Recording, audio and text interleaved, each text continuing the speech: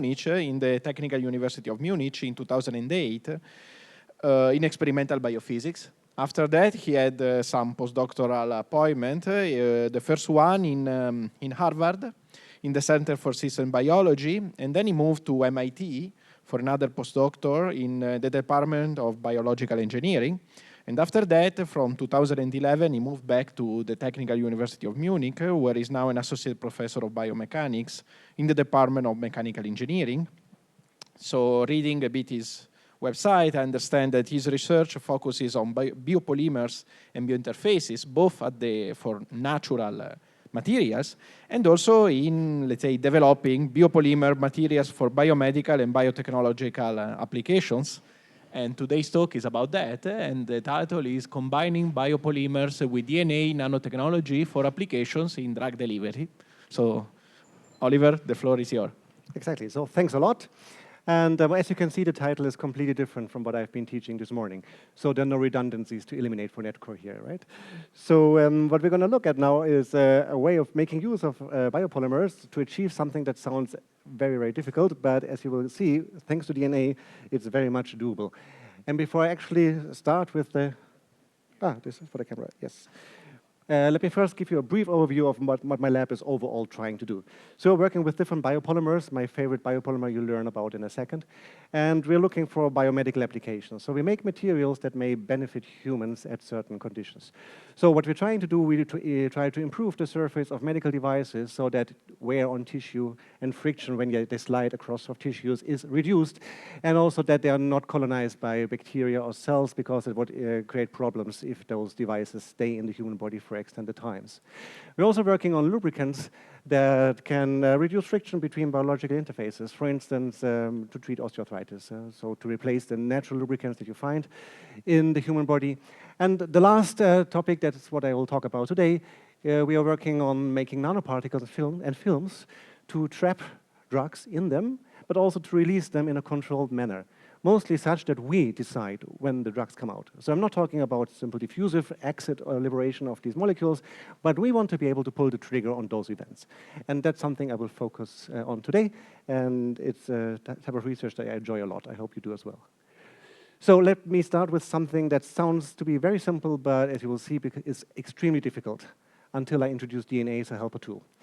Let's assume that we want to build a chain from nanoparticles or microparticles, and we want to do that in a somewhat controlled manner, as nature does every day. As you know, in the cell, we have these filaments, actin and microtubules, where globular proteins actually find their way to bind to each other and make this long chain, a really nice linear chain, no side branches, right? If we try to do the same thing artificially, the problem becomes very hard. So you could think that a nice strategy would be to mix anionic and cationic particles and then rely on electrostatic interactions for them to, bind to each other. But if you just mix them, you get a hot mess. They will not form a chain, not at all. So if you are really good friends with chemists that are able to make Janus-type particles, so particles that have opposite properties on either side of the hemisphere, then maybe your chances are a bit better. So if you get something like this from your good friends, the chemists, then there is some chance there will be some order here. But I promise you, it's not going to be a nice linear chain. So it's really, really hard in colloidal science to make a linear architecture for particles. But nature can do it. So the reason that why we suck at that, and nature can, is nature is able to change the surface properties of these small spheres to much more detail than we can do these days. However, there's hope, and there has been success. And this will become apparent in a second why I need this molecule. I'm very sure you're all aware what DNA is, how DNA is constructed, right? So this I don't need to introduce. And the only item I need to remind you is that this Watson-Crick structure of DNA heavily relies on the fact that the organic bases will not mix and match. So there's always one dedicated binding partner for adenine and another one for guanine. And only if those are really, really meet along the way, only then the sequence will be stable. I'm not saying that if there are some mistakes, they will not bind, but the free energy minimum will only be assumed if all the bases have the right binding partner. Yeah? So that's very nice. And that's the only thing you need to remember for the rest of my talk. So we know exactly how to make this happen. If there's an A, we need a T. If there's a C, we need a G. So if we want to plan that two strands are supposed to bind to each other, we know exactly what to do. And then again, ask our friends, the chemists, to make these strands for us. So I run an engineering lab. We are not good at chemistry, but we can make plans, and then, you know, these synthetic DNA strands you can order. And then if we make a good plan, then it works out nice. We are not the first ones to use DNA in order to gain control. So this is a very nice example from the 90s, actually, where researchers tried and managed to build controlled assemblies of different nanoparticles, actually cadmium-selene nanocrystals. There are larger and smaller subtypes, and they were able to arrange them at will. One small and a large one, two large ones, two small ones. Sounds completely impossible, but they did it. And how did they do it? Well, that's how. If you can somehow modify the surface of the particles such that you can bind single-stranded DNA to it, then here's the trick. Now, if you can choose the sequence of a single-stranded DNA at will, what you can do, you have a certain sequence here, and on the second particle type, you attach a DNA strand that has the complementary sequence. So all the base pairs will perfectly align, and then if you do this in one reaction tube and this coupling reaction in another test tube, you can just mix, and then I promise you, this particle will always like to bind to this one, and the other way around, and there's no chance in hell that this particle will bind to another version of itself, because the DNA strands don't align. So you can actually force them to make a nice couple, and that's what they did here, but you can even go further. Another way of making this happen is by introducing a template strand. What I mean by this is you design another DNA sequence that's not attached to the particles at all, and here you basically encode a sequence that later on will define which of the other two crystals will bind. So if you look at the structure over here, I made a TAC, so meaning the complement of that is exactly that. So T binds here, A here, C to the G. So that particle will like to sit on the left side of this matrix strand. That's what it does. And the same is true for the second half. So this sequence will call for that sequence. So it will recruit a large particle to sit next to the small one. Now, if you change the matrix strand to make it longer, then the first sequence will recruit this sequence, so we have a large particle attached, then a small one because of this complementarity, and then again a large one. And now I can build a chain as I like. It can be as long as I want. I can define whether I want all large particles, all small particles, and suddenly I have turned an impossible problem into something that's rather easy. You only need to be able to make DNA strands a certain length. You need to be able to attach them to these particles, but that's not that hard. And now I can build chains. So that's amazing. And that's a trick that I'll come back to later, but I just wanted to very briefly introduce what this is all built upon. Now, since these early examples, DNA nanotechnology has moved to a whole range of areas and has made things possible that have been unthinkable until then. And in lots of different fields now, these days, DNA nanotechnology is very useful. Obviously, we know since the COVID crisis that synthetic DNA and RNA can be an extremely helpful tool for vaccines. But they can also help us in order to define catch and release events on surfaces, for sensing devices, to regulate cell behavior, but also to achieve controlled release events from different drug carriers. And that's also a topic that my lab is working on, and I want to show you today how we make this work.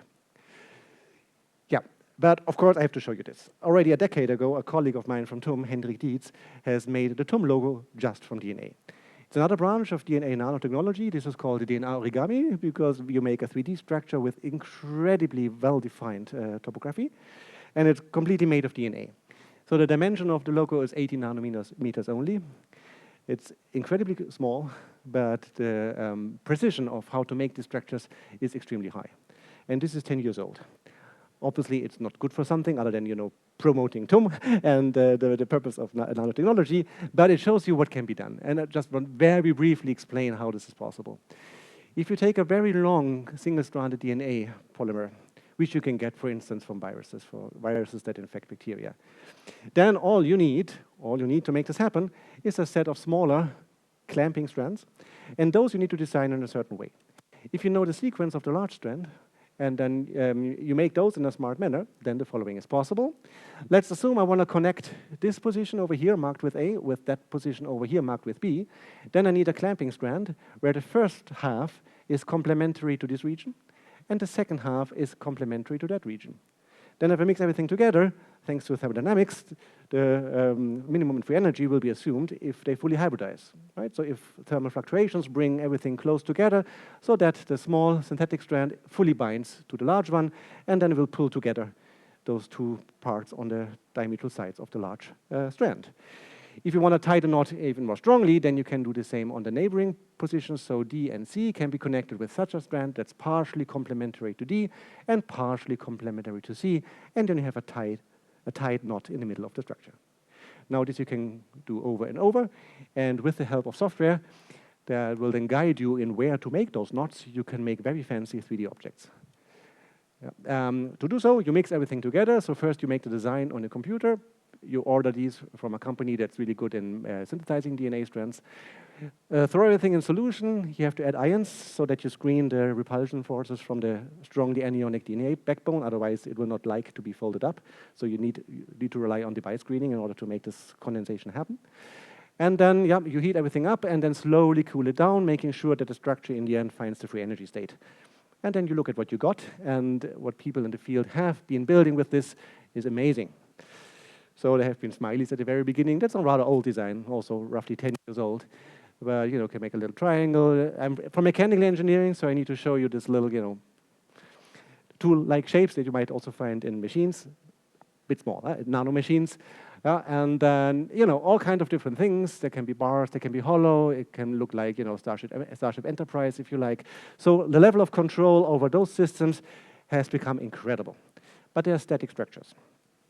Nevertheless, it's very amazing, and I want to first show you this example, which also is very old, because it really motivated me to do what I will show you later. So when I became professor at TUM, 14 years ago, I started teaching about this example because I like it so much. They made a box fully made from DNA. It's a cube with a lid. And as you can see here from the electron micrographs, different realizations of the object landing on a surface, they really got what they were going for. So those were the dimensions they envisioned, and these were the dimensions that they got. It's a fully 3D structure, a cube that's hollow in the center. But that's not all. They also made sure that they can lock the box. Otherwise, what good would the box do if you can't lock it? And now we get to the nice part that makes DNA nanotechnology so wonderful in controlling events. So the way they did it here is that both to the front part and the lid, they attached single-stranded DNA motifs that are not used for the 3D design of the box. So they're basically dangling around. However, if the box lid closes by thermal motion, Brownian motion at some point will trigger this, then these single-stranded DNA strands can find each other. And if you design them properly, they will bind to each other and thus lock the box. So in order to make this happen, we have to make sure that we design them properly. So if you look at the blue and the orange part, these are two parts of the lock. One strand is sitting at the front, and the other strand is sitting on the top part of the lid. So if we now look at the components of the lock, let's say that's the sequence of the first part. That would be the left of the blue strands. If this is the sequence there, and then we design the second part that's sitting on the lid like that, then we have a perfect Watson-Crick pairing. And if the lid at some point, randomly goes down, then the DNA strands will hybridize, bind to each other, and this will lock up the box. I've closed it. Wonderful. Now, it's great that we can lock up the box. That's already was possible back then. But then if I can't open it again, then it's also kind of frustrating. There are two ways of opening the box. The first one is be brutal. So basically, crack it up. Any idea how you would, in a brutal manner, crack up a box made from DNA? Take a pun? An enzyme, yeah, could work. However, structures made from DNA are surprisingly robust against DNases. So it's a good idea, but it will not be that efficient. Something else? Sorry?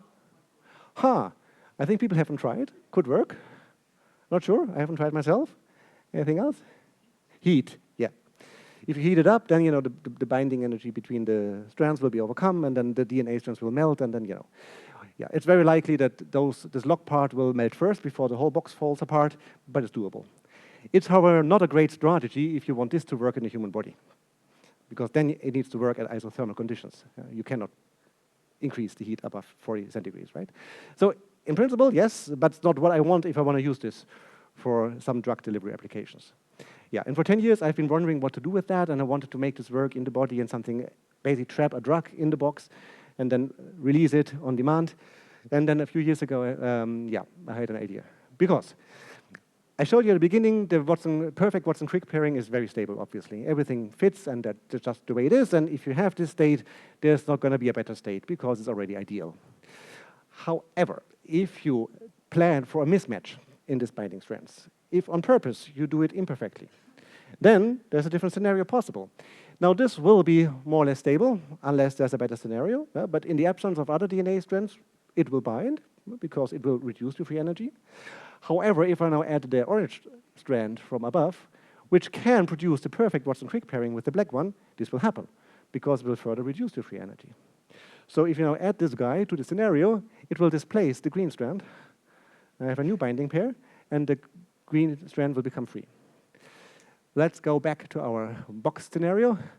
So actually, this was already done in that study. They also showed that if they do the lock imperfectly, so for instance, use a sequence where there's a small mismatch, then there can be a molecular key that once added to the lock will bind better to one part of the locking structure, thus basically displacing the locking mechanism and opening up the box. So if we have a box, we can lock it, we can open it again, but we need to get something inside. Yeah, but there are ways around that. You can design it such that if you want, you can do it several times. But for the time being, that's not my key problem. If I want to use this for a medical application, I need to trap a drug inside. And that's hard. That's really hard. So whereas this mechanism is really great, for making it work as a drug delivery vehicle, it's way too complicated. And getting something into the box is very hard. Something anionic will not go in. So we need to somehow use this in a different context. All right. Now, let me show you my favorite molecule, which I brought today, and that's the mucin, because that's actually the main star of my lab. As you can see, it's a very large molecule. Okay, sometimes the joke works, not today. And, but it really is large. It has 5,000 amino acids on the backbone, 5,000. But amino acids only comprise 30% of the molecule. The big chunk comes from the side chains, which are glycans. So it's a glycoprotein with a molecular weight in the range of a megadalton, 1 megadalton. It's massive. Yeah, we have it a lot in the human body. When you blink your eyes, it's in the tear film, and it's responsible for the tissue sliding nicely on the cornea, for the eyelid to slide nicely. We have it in saliva, so it enables me to speak at the speed I do without experiencing discomfort. Swallowing is facilitated by mucus, which contains this molecule. So it's really, really important for many, many things in our daily life. And yeah, we try to make materials from the molecule and materials that might have applications in medical engineering. Where do we get the molecule? Because it's so large and it's so strongly glycosylated, you cannot produce it in bacteria. You just can't. Bacteria are not able to perform these glycosylations that you need here. So we purify it actually from tissue. That's something I've been working on for already 15 years. I also have a patent on the purification process. And what we do, we go to the slaughterhouse after the meat production process has been finished. So we're not involved in that part. Because in Germany, pig stomachs are not used. There are a few dishes in the German cuisine that make use of pig stomachs, but not a lot. So those are there. So basically, we get those pig stomachs from the slaughterhouse, we cut them up, we remove the food debris that the pigs had for Last Supper, and then we collect the mucus with spoons and then purify everything that's not mucins away. It's a process that's not that simple, but can be done. So a series of events, and in the end, once all the other contaminants have been removed, we can freeze dry the product, we get a powder, and from the powder, we can make solutions, we can make nanoparticles, we can make films, whatever we like. So we can make mucin-based materials by extracting them from porcine mucus. Okay, so let me start with coatings produced from these mucins. For this, we need a little bit of chemistry, but because I run a lab that mainly comprises mechanical engineers, we keep chemistry simple if we can. So this is a very established procedure. It makes use of carbodiamide chemistry. So basically, it's an esterification. We first activate the surface, and then basically you exchange the ester. Nothing very fancy, has been done, I don't know, thousands of times around the globe. And if you use this process to couple the mucin to a substrate, we need to make sure that there are some carboxy groups so that we can actually apply the chemistry. And for this, we also use a very simple trick. If it's a synthetic polymeric material, we first expose it to plasma, thus creating OH groups on the surface. And then we're attaching a silane layer that will bring in the carboxy groups that we need for the carbodiamide coupling. So that there are two very simple steps that can be applied to a broad range of materials that are relevant for medical engineering. So PDMS, polypropylene, polyurethane, polyethylene, whatever you name it, all these materials we have already tried, and we could always couple the mucin with this covalent strategy to the surface. And you can prove this by measuring the contact angle. So this morning I introduced this, right? It will tell you if the wetting properties of the surface changed, because most of these materials have a rather high contact angle, but once the mucin is coupled, you see it becomes way more hydrophilic. One way of proving that indeed the attachment process has worked. So we can attach it to basically almost everything, and then the properties of the surface change a lot. And one thing now we can do is we can use this attached mucin layer as a drug reservoir. And the way it works is the following. If we attach the mucin to the surface, typically we target the terminus, because here amino acids are more available than in the central part. It will sit on the surface something like this. And now we have many of these polymers next to each other. Now the trick we use is we expose it to a solvent that the mucin doesn't like. Glycerol does the trick. Ethanol would work as well. So in water, it would be more or less extended, but in glycerol, it collapses because it's not a good solvent. Okay? If we now force the mucin to collapse in the presence of a small drug molecule, it will get trapped in the collapsed polymer. And then we have it in there. Now, obviously, once we remove the bad solvent, the mucin will go back into its elongated state, but I don't want that. I don't want it to do it on its own. I want to have control over this opening of the structure, because then the drug will be released. Now DNA comes into play. If we now force the mucin to collapse in the presence of synthetic DNA strands that can act as a crosslinker structure, then it will stabilize the collapsed mucin layer once I remove the glycerol. And for this to happen, we make use of this principle I showed you earlier. So there are DNA strands that are able to bind to each other. We design them such that they can partially bind to themselves. But at their ends, they have thiol groups. Why do we order them with thiol groups? Well, on the mucins, there are also lots of cysteines available, both in the termini, but also are some here in the middle. And cysteines carry thiol groups as well. And two thiol groups will spontaneously form a disulfide bond. So we just need to add the DNA sequences to the system. It will automatically bind to the mucin and cross-link everything, at least as long as the two DNA strands bind to each other. Do you see where I'm going with this? So the collapsed mucin layer will be stabilized by this DNA-based cross-linker until I weaken the DNA-DNA interaction. And I told you how I can do that. I need to act a displacement strand and a second strand that will bind better to one of those two DNA strands as they do on their own. So if we now design this DNA-based crosslinker imperfectly, I have the option of later on, when I want, adding a displacer strand to the system that will then open this DNA-DNA hybridization and thus allow the mucin to go back into its elongated state, which it wants to do, and then it will release the drug that we have trapped. Okay, let me show you that this works. So here we have trapped the antibiotic tetracycline into such a mucin coating on the surface. And there are two rows of data that we collected. So we tried to measure the release of TCL spectroscopically. And first, with the white bars, we just measure what happens if you don't do anything. So in this particular case, was also one of the earlier tests, it was not perfect. So there was some spontaneous release, even though we didn't do anything, but not much. Situation was very different once we add a displacer strand to the coating, because now we got the black data. Then you can see that more or less instantaneously, this opening of the condensed mucin structure took place, and the drug was released. So I pulled the trigger by adding something from the outside. It will open the DNA-DNA connection. The mucin opens up and releases the drug. So this is quite nice. It works well. And to show that this mechanism is a good idea, this was nice, but for this to work in a real application-driven context, it's probably too expensive. That's why we also tried to make it work without DNA, but it uses a similar idea. What I have not mentioned yet is that the mucin overall carries a strong negative charge. And this comes from the fact that many of these glycans here are anionic. There are sulfates in there, there are sialic acid groups, so it's an anionic macromolecule. Because of that, we can also use ionic cross-linking to stabilize the collapsed mucin structure. And for instance, magnesium ions do the trick. So if we add them, after we have forced the mucins to collapse in the presence of a drug, we expose them to magnesium ions, and then they stabilize the mucins in this condensed state. Now the only way is how do we displace magnesium? And one easy way of doing it is by adding sodium. Sodium will compete with magnesium for binding sites on the mucin and will actually liberate the magnesium, and then the mucins should open up again. So this now does not require DNA, but uses a very similar idea, and it's much, much cheaper than doing it with DNA. So for this surface-based problem, that's probably the even smarter way of doing it. And here's now data that we got both for tetracycline and vancomycin. Those antibiotics have different charge states to also show that we can trap in the layer whatever we like. It can be cationic, it can be anionic. It can even be somewhat hydrophobic. That also works because the mucin is amphiphilic.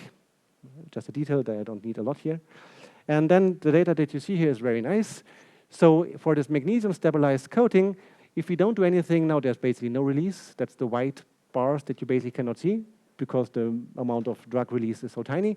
The same for the other antibiotic. But once we pull the trigger and add the sodium, it displaces the magnesium ions and the mucin opens up and releases the drug. Why is this nice?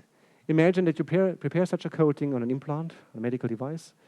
You keep it somewhere in a liquid, you store it.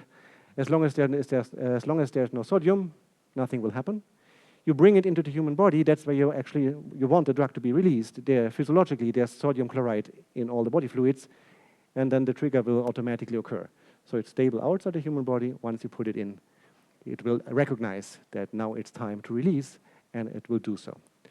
Okay, so this is really nice, and it works very well, but it's a bit far away from the box problem I showed you. So let's go back to the box problem and try to make this work in a round box. Because we can actually use mucins also to trap molecules afar from a surface. This happens when I have fixed the mucin to a substrate. If I keep mucins in solution and then add glycerol, it will also collapse. But then I get a nanoparticle that's freely floating around. Basically very, very similar to the other strategy, but particles instead of a coating. Now I can enforce the collapse in the presence of a drug, and then I have also encapsulated a drug molecule in this nanoparticle.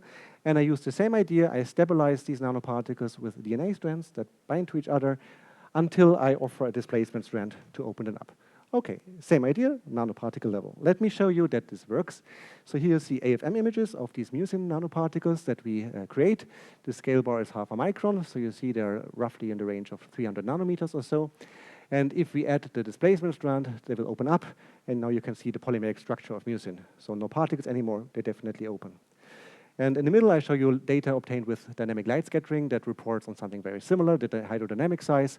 With the correct displacement DNA, we see that the nanoparticles open, and you get a size roughly in the range of a micron for the full mucin. Remember, it's really huge.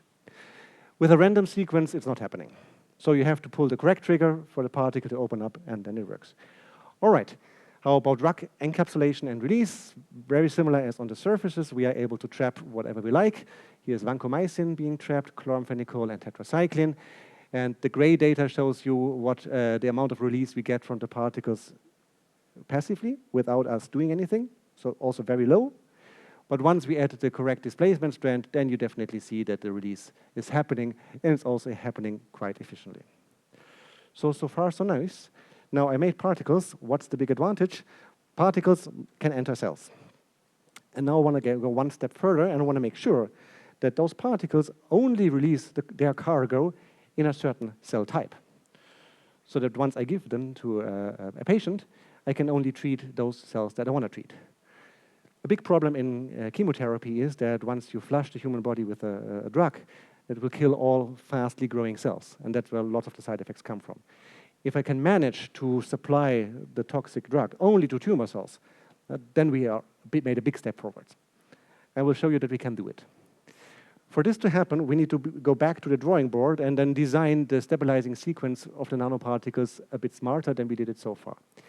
So actually the idea is to choose the stabilizing DNA such that the cell already holds the key, so that I don't have to give the key to open the particles, but I rely on something that's already there. And if you look at tumor cells and how they are different from healthy cells, then a certain subset of tumor cells has a high level of a certain microRNA. RNA can also bind to DNA, so it's possible for them to cross-hybridize, so that also works as a trigger molecule. And microRNA 21 is a typical marker for several tumor types, so we decided to use this as a key. If you know what the key is, you have to redesign the lock. but this can be completely done. So we made particles such that this microRNA-21 molecule should act as a key and should open the particle. All right, that's the plan. And now what you should be able to see here, and that looks a bit weird, much different on my screen. Yeah, somehow the beamer doesn't like green that much. But if you look at the figures in the paper, then what you would see, and here I think you can guess it. Here on the right side, you see more like a dot-like structure, also more strongly localized signals that are reminiscent of particles, whereas on the left side, you would see more or less a homogeneous signal. And the homogeneous signal, diffuse signal, would suggest that the particles have opened up. It's not super nice to see, but I will show you the functionality on the right side, and then it becomes very clear. Because what we are comparing here are tumor cells. HeLa cells is a model cell line that has been around for quite some while, but it's a tumor cell line. On the right side, we have healthy tissue cells, fibroblasts actually, and they do not have this high level of microRNA-21. So they don't have the key. They should not be able to open the particles. So let's see what happens if we now load the particles with a drug, a toxic drug that's used in chemotherapy. Doxorubicin is still used a lot these days. And now we compare data with these tumor cells and non-tumor cells, so the healthy body cells. First, we see what happens if we just give them our particles without any drug, and nothing happens. That's great news. So the mucin is not toxic, obviously. It's part of our body. It's not a problem for the cells. If we expose the cells to a free drug, and we want to make sure that they also die, that we actually bought the right molecule.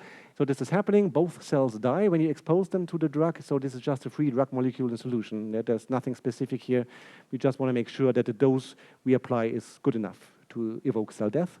And that's the chemotherapy problem. You kill both the tumor cells and the healthy cells, right? So this is not what we want, but this would happen. All right. Now, let's put the drug into the nanoparticle, and the cells will take up the nanoparticles. And if I, together with the nanoparticles, also provide the trigger, so we transfect the cells with a displacement strand that matches the sequence we designed, then it works. So the drug is released, so we have a similar level of death for both cell lines, which just shows us that the mechanism also works in cellular, which is great. So we designed everything fine. But now is the important part. What happens if we do not supply the trigger? What I would like to see is that only the tumor cells die, and those should be fine, right? Then we did everything correct, and that's what we see. So for the off-target cells, the healthy cells, there's basically no cell death, but for the tumor cells, we see a very similar level of cell death compared to when we added the trigger. So yes, we can build our particle such that the cell line that we have our eyes on has the trigger molecule, it will open the particles, it releases the drug, and does kill itself. So this is actually a fun way to be mean to tumor cells. Okay, let's not stop there. So since we have now found a way to target tumor cells, we wanted to make sure that we actually can treat a tumor. And this is only the second time in my whole career that I thought in vivo experiments make sense. And there we did it. Yeah, because I think they're really done way too often. There is, in most cases of research, not the need to put everything into a mouse. But here, if you see it works on the cell level and we want to push this further, at some point you need to check whether it works in a living system. Okay, so we slightly changed the design of our particles, basically by now connecting mucins in a more complicated manner. And now the details might be a little bit much for the moment, but the only thing that you really need to appreciate is that we now enforce this connection between two DNA strands by adding another sequence. So it's a more complicated way to introduce this cross-link within the mucin particles. We do it, and we call this an omega sequence because it's an omega shape in our design. There's no fancy reason behind the name. But we do it because now we want to make sure we have a large binding site for our target molecule in the cell, this anti-miR-21 molecule. And anti-miR-21 is now still our target because it's overexpressed. Yeah, sure, that's something that I told you already. But it's also one of the reasons why tumor cells don't die. So a high level of miR-21 is preventing natural cell death. And that's why tumors are growing and growing, because they don't understand it's time to die. Every other body cell at some point will die, tumors do not. So the idea is basically, with this design, fish out the microRNA-21 molecules from the cytosol, thus depleting the level of this problematic molecule, and let the tumor cell know it's fine, it's time to die. So that's the idea, and let's see if this works. So this is first in vitro data. So this particle species that we have slightly redesigned compared to the previous study comes in two different ways. One of these particles would open up once it sequesters the microRNA molecule, and the other one would stay closed. And when we designed these particles, I really thought that opening up would be important for the efficiency. And as you will see, it's not. So sometimes you think you understood the system well enough, and then you get surprised. But okay, both systems work. That's even better, because what you can see here, when we now expose target and off-target cells, so tumor cells and healthy cells, to these particles, we can actually measure the amount of cells that die over time. And for the target cells, we see indeed that with both of our particles, we see increased levels of cell death. For the off-target cells, so the healthy cells, we do not. So nothing is happening for cells that we don't want to kill. And for the tumor cells, indeed, they die. But now I claimed that we are trying to tell the cells to die spontaneously. It's not like this time we are not giving them a poison or something, right? There's no toxin here. It's just a mucin-based particle with a DNA sequence that can fish out the cellular microRNA. No drug. And I want to make sure that they're indeed dying spontaneously, so that they undergo apoptosis. So this you can find out by using certain markers to analyze your cell population. And if you just use controls, then you see the apoptosis rate in your cell population is very small. However, once we expose these cells to our nanoparticles, we see a strong increase in apoptosis. Doesn't look like a lot, but an increase by 10%, that's the red sector, is actually quite a bit. Because this was after short time incubation, only 4 hours, and if you treat them longer, more and more cells will actually enter the apoptosis state and will die. So that all looked promising, so I said, okay, fine, let's try it in a mouse. Because a good friend of mine is a professor in China, and she's working a lot on these kind of drug tests also in vivo, and they were able to grow a tumor in mice. So it was grown on purpose, so that is controlled conditions, you know. And then the mice were treated with our particles by repeatedly injecting them into that tumor area. First of all, the mice were monitored to make sure that the treatment itself does not constitute an issue, and that the body weight remained constant, so it seems to be okay. Also in the control group, no change here. But then, at the end of the treatment, the tumors were excised, and what you can see on the right side, I hope that you see that 2 lines stand out. And that's the lowest one and the middle one. And those were the particle designs that were supposed to be therapeutic. All the other ones were controls, where we they either injected saline solutions only, or nanoparticles with a control DNA that cannot sequester this microRNA. So there basically the tumor kept growing. And if you compare now the tumor growth over time for our control groups, and then in red our active nanoparticles, then it's very clear that they reduce tumor growth. And again, no drug, no toxin. Obviously, for real treatment, you would like to combine this now with doxorubicin, as I showed you earlier. Then there would be an additional effect. So you would actively also kill the tumor cells, not the other ones, because they cannot open the particles, right? For one of the species, this can be done. But it really seems to work. And this, to me, as these days I would say I'm an engineer, is really exciting, because we started planning something on the drawing board just for the fun of it, inspired by a box. And now, in the end, we made it possible to treat a tumor in a living being, and just with DNA, no drug. Yeah, that's where we are, and the paper is not out yet, but we are currently working on the revision. Okay, so I think I still have time, so I can show you a slightly different way of using DNA strands in the same context, but this is a very different way of making use of this idea, because now we are not going to treat cells, but I want to overrule diffusion. And so the idea here was to make a system in which we can control in a spatio-temporal manner which particles exit a hydrogel depot over time. And an easy way of doing this would be making a layered system, having particles in top layer, middle layer, and bottom layer, and the further you are away from the interface, the more time it will require the particles to diffuse out. Yeah? Doable, boring. I want the opposite. I want the particles from the bottom layer to come out first, then the particles from the middle layer, and then the particles from the top layer. So exactly opposite of what diffusion would do. And I will show you that with this DNA trick, can be done very easily.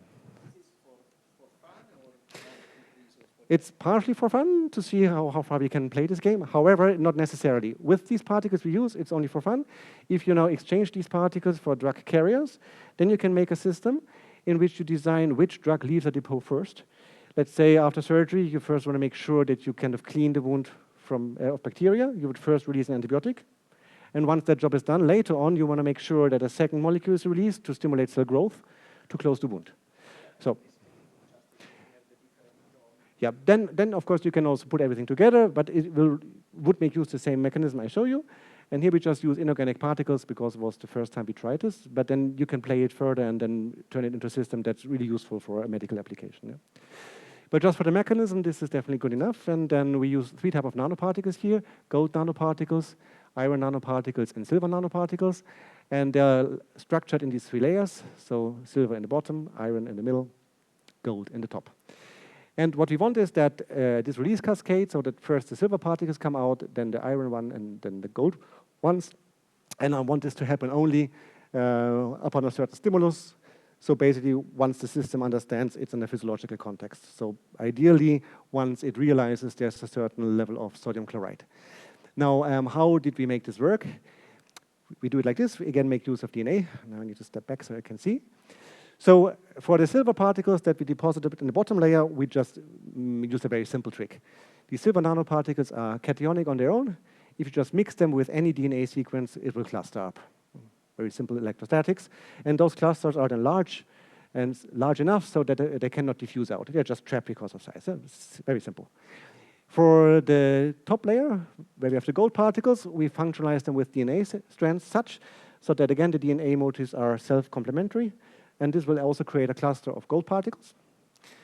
And for the middle layer, we made it more complicated because here we connected the iron particles with a kind of bridging sequence similar to what I showed you for the omega stuff earlier. So we have single strands on the nanoparticles and then another strand bridging over those single strands, so we again have a cluster. So at the moment, everything is trapped because all the clusters are large. And now the idea is to break them on one after the other and to make the second cluster understand that the first event has happened. And once the second cluster has been broken up, the third one should break up and thus liberate the particles. That's the general idea. And it really works really nicely once you design everything properly. So this I already explained. So we just have a cluster of DNA and silver particles. And this can be disaggregated by exposing them to sodium chloride, simply by inducing the bioscreening. Then the DNA will be liberated from the silver particles. Now, if this DNA is not a random sequence, but something that I designed properly, I can use it. Because now not only the silver particles will diffuse out, but also the DNA strand will diffuse up.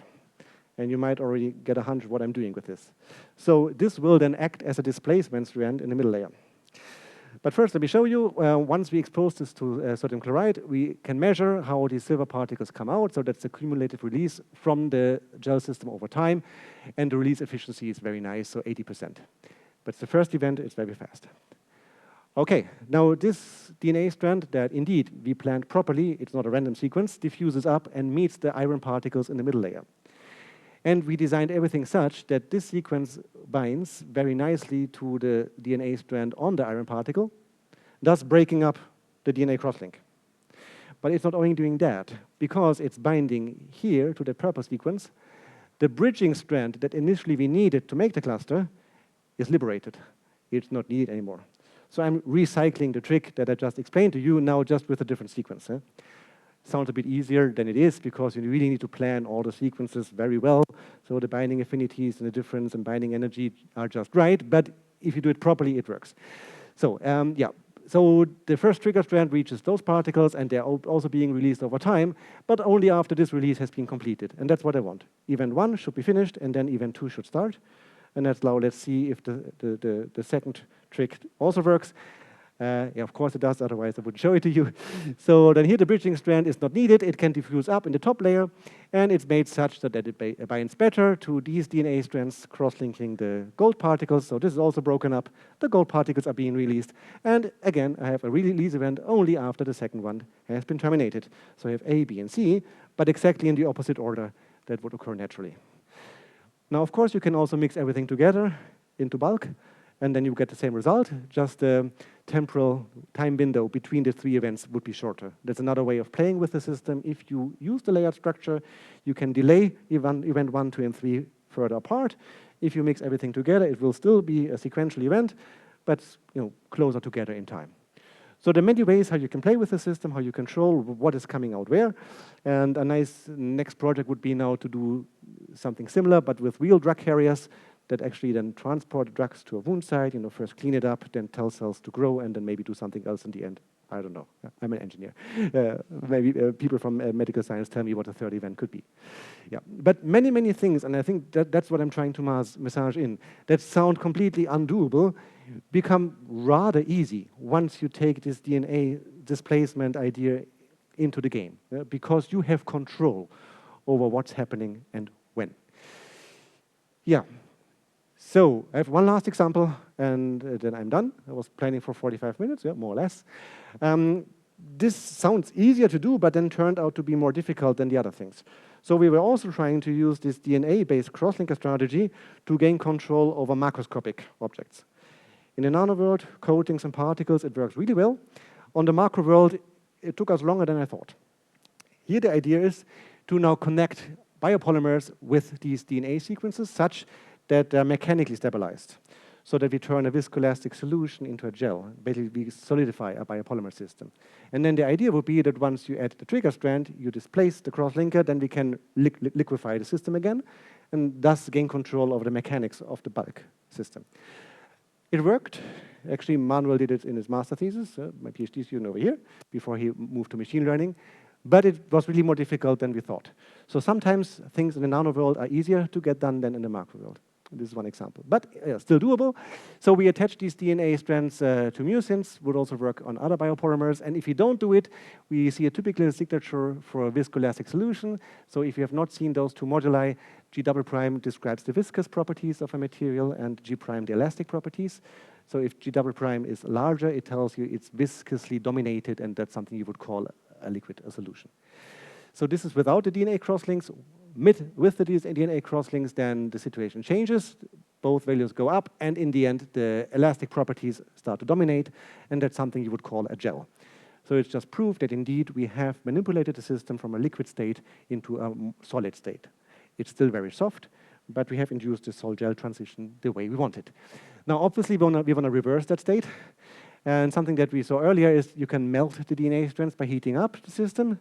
So that's one way of doing it. So if you expose the macroscopic system to heat, then you see how both moduli go down, and at some point they cross again, meaning the viscous properties start to dominate again. So that's a rheological signature of liquefying the system, turning it back into a liquid. So we can solidify it, and we can also liquefy it. Obviously, in some situations, heat is not exactly what you want, but also here with a displacement strand DNA, we can get the same job done. Now then we open the crosslinks at isothermic conditions, and then also the system becomes liquidy again. Why would this be nice? Imagine after surgery or so, you need to close some wound area. Mucins have also nice properties that are antibacterial themselves. They can also trap viruses. That's the reason why not everyone got always sick during the COVID pandemic, by the way. The mucins trap many, many of the pathogens that we are exposed to. So I can imagine that if you fill a wound in the human body with such a system, and then maybe release some drugs over time to clean up the infected area, but at some point the gel makes way for new tissue to grow back. So you want a kind of a space holder for new tissue for a certain time, and then at some point it should also go away. So that's why a system that on its own can degrade and then make way for new tissue would be nice to have. And of course you can also play with drug carrier objects, which we added into the system. So if they're large enough, they're trapped in this macroscopic gel. So if you try to measure the release of these particles over time, not much is happening. However, if we now add this displacement DNA to this DNA crosslink system, which then actively gets degraded, then also the particles are being released. So all the things I talked about earlier can in principle be combined with a macroscopic carrier matrix that's also sensitive to a trigger that we can either provide from the outside, or you rely on DNA being liberated from cells once they die, or whatever. I mean, you can come up with lots of scenarios how to tie this in with processes that happen in the human body. So to conclude, DNA is very important for our daily life, obviously, by regulating proteins, but it's also a great tool for bioengineering because we understand how strands bind to each other, and we can do it perfectly or on purpose a little bit wrong. And the second strategy sometimes is smarter because it allows you to use a better free energy state to trigger an event that you want to trigger. And this works both with coatings and with nanoparticles, but also on 3D systems, and that's why I think it's a really nice tool to gain control over properties of biopolymer systems. Yeah, and then I've more or less used the time I wanted to use, and thank you for your attention.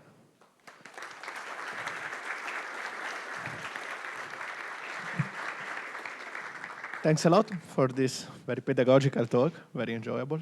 Questions?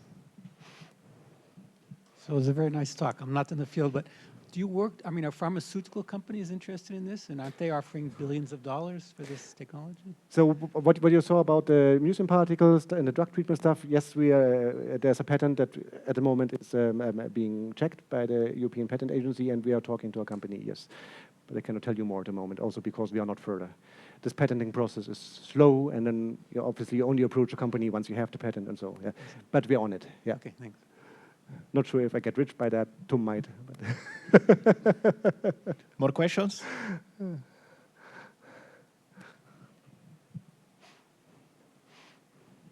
So if I understood correctly, the motivation were DNA origami particles, but then you changed to the your favorite large molecule, right? Yep. And made the compartments of those. Yeah. I'm wondering about the intake of these particles into the cell, because usually you have difficulties bringing stuff into cells. True. There's a detail that I brushed under the carpet to save time. So what we do in order to optimize the intake into the target cells, we modify the surface with folic acid. Because the tumor cells we are targeting here have a high number of folic acid receptors, and that's why we can enforce binding to the cell surface. And then the general uptake mechanisms are being triggered, and it works well. Yeah, this is just something I didn't tell you, but yes. And that also works very easily because the glycoprotein modifying the surface with whatever chemistry is very easy. Yeah. And the main reason we switched from the DNA box to this, because I only need to purify the mucin, only collapse it, and then I can work on the surface, making a large number of DNA-based boxes, which would be very, very, very expensive. And this is way more doable. Yep. But good catch. In the case of mRNA-21, why do control healthy cells, they don't undergo increased apoptosis when you sequester the mRNA from So them? the real molecular biology reason of how miR-21 interferes with apoptosis, I cannot even tell you. That's how you can tell I'm an engineer, right? But it has been documented, and in other tumor types is another subtype of microRNA that's overexpressed. And why this is actually preventing cell death at the moment, I honestly cannot tell you. But this has been shown and so on. And we just use this because conveniently in the cell line we have around, it's also the mir version that's there, yeah. Okay. On a second note, you've been showing you work with DNA a lot, and I just thought in the case of the box, you said the inside of the box is like highly negative. Yep. Because, I mean, of the structure. Because all DNA, right? Yeah. But, I mean, there are sequences in DNA that can be methylated, and then maybe you could use methylases to neutralize the charges. Could be, but it would make everything way more expensive. So just in terms of economic costs, right, to make a box from DNA, the costs are way, way, way higher than just using the mucin and collapse it. And I think that's still, to date, one of the big challenges of this whole DNA origami.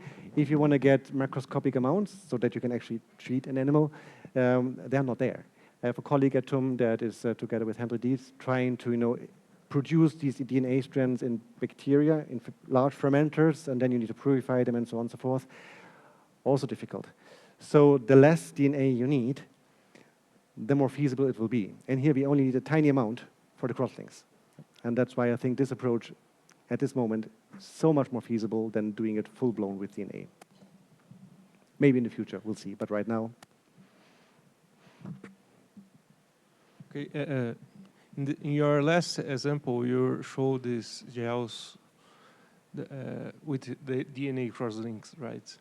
And I mean, the in the same flexible networks, you have a kind of design principles to get like somewhat predicted the elastic modulus, the shear modulus, more or less.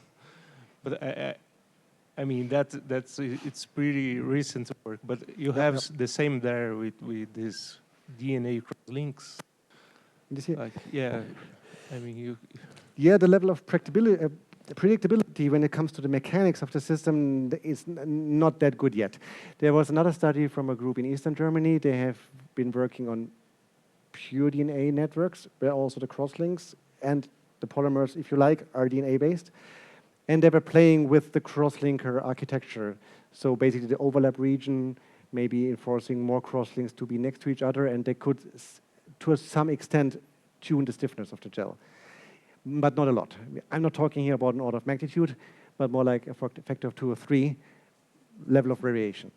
So yeah, I think the density of crosslinks that you can create in these systems at the moment is still quite low, and that's why the effective stiffening is still not that high. So that's why we end up with gels in the range of a few pascals, and so do they. So I haven't seen a DNA crosslink system that would be in the kilopascal range. So that at the moment I haven't seen. But you know, maybe soon. If all of your locks are DNA, is there some reason why you don't use CRISPR as your key ever? Just because it would be more complicated, I guess. So the displacement strand that we add is very short, 8 base pairs, very cheap to make. So yeah, I guess you can also tackle it with something way more complex, but then we'll just introduce, I guess, more issues than working with something that's simple. Thank you. Do we have more questions? Yeah.